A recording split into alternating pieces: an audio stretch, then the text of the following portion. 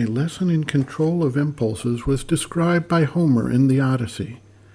The protagonist, Odysseus, is on his ship trying to return home after the Trojan War.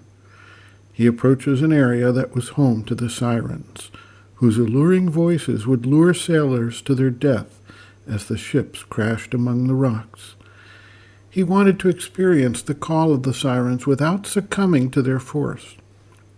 He had his crew stuff their ears with wax, and then had himself tied firmly to the mast so that he could not do anything to steer the ship towards them. He successfully experienced the magnetic force of the siren's call while saving his ship and crew from destruction. We can learn several things from this. First, that survival sometimes requires the ability to tune out the forces that try to get us to act. Second, even a mental knowledge in advance of the doom awaiting any response is insufficient to prevent an individual from reacting and responding to certain forces, thus necessitating restraints that prevent the response from manifesting. Third, some forces are so powerful that they are difficult, if not virtually impossible, to resist. This tale illustrates the difficulty the seeker faces when he confronts the inducements and enjoyments that the vital nature seeks and tries to control them. The mother advises us that development of the strength to resist these calls is something that can occur, but it takes time and continued effort as one slowly builds up the inner strength of resistance through repeated practice in exercising restraint.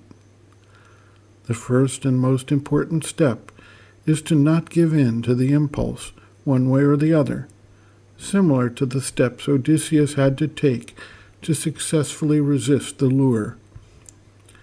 The shift to the witness consciousness of the nature is an enormous aid in accomplishing this, as the individual creates some amount of distance between his conscious awareness and the actions of the nature, thus making it somewhat easier to detach oneself from the enjoyments and allures that the vital nature seeks and desires.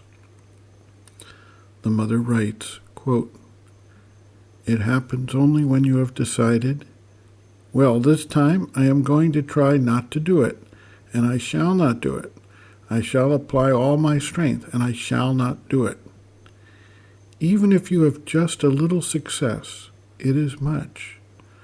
Not a big success, but just a small success, a very partial success.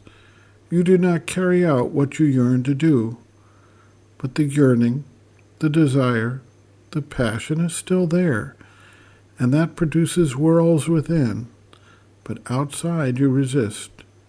I shall not do it. I shall not move. Even if I have to bind myself hand and foot, I shall not do it." It is a partial success, but it is a great victory because due to this, next time you will be able to do a little more. That is to say, instead of holding all the violent passions within yourself, you can begin calming them a little, and you will calm them slowly at first, with difficulty. They will remain long. They will come back. They will trouble you, vex you, produce in you a great disgust, all that. But if you resist well and say, "No, I shall carry out nothing, whatever the cost, I shall not carry out anything, I will stay like a rock," then little by little, that thins out, and you begin to learn the second attitude. Now I want my consciousness to be above those things. There will still be many battles, but if my consciousness stands above that, little by little, there will come a time when this will return no longer. And then there is a time when you feel that you are absolutely free. You do not even perceive it, and then that is all. It may take a long time. It may come soon. That depends on the strength of character, on the sincerity of the aspiration. But even for people who have just a little sincerity, if they subject themselves to this process, they succeed. It takes time. They succeed in the first item, in not expressing. All forces upon earth tend towards expressing themselves. These forces come with the object of manifesting themselves, and if you place a barrier and refuse expression, they may try to beat against the barrier for a time, but in the end, they will tire themselves out, and not being manifested, they will withdraw and leave you quiet. So you must never say, I shall first purify my thought, purify my body, purify my vital, and then later I shall purify my action. That is the normal order, but it never succeeds. The effective order is to begin from the outside. The very first thing is that I do not do it, and afterwards I desire it no longer, and next I close my doors completely to all impulses. They no longer exist for me.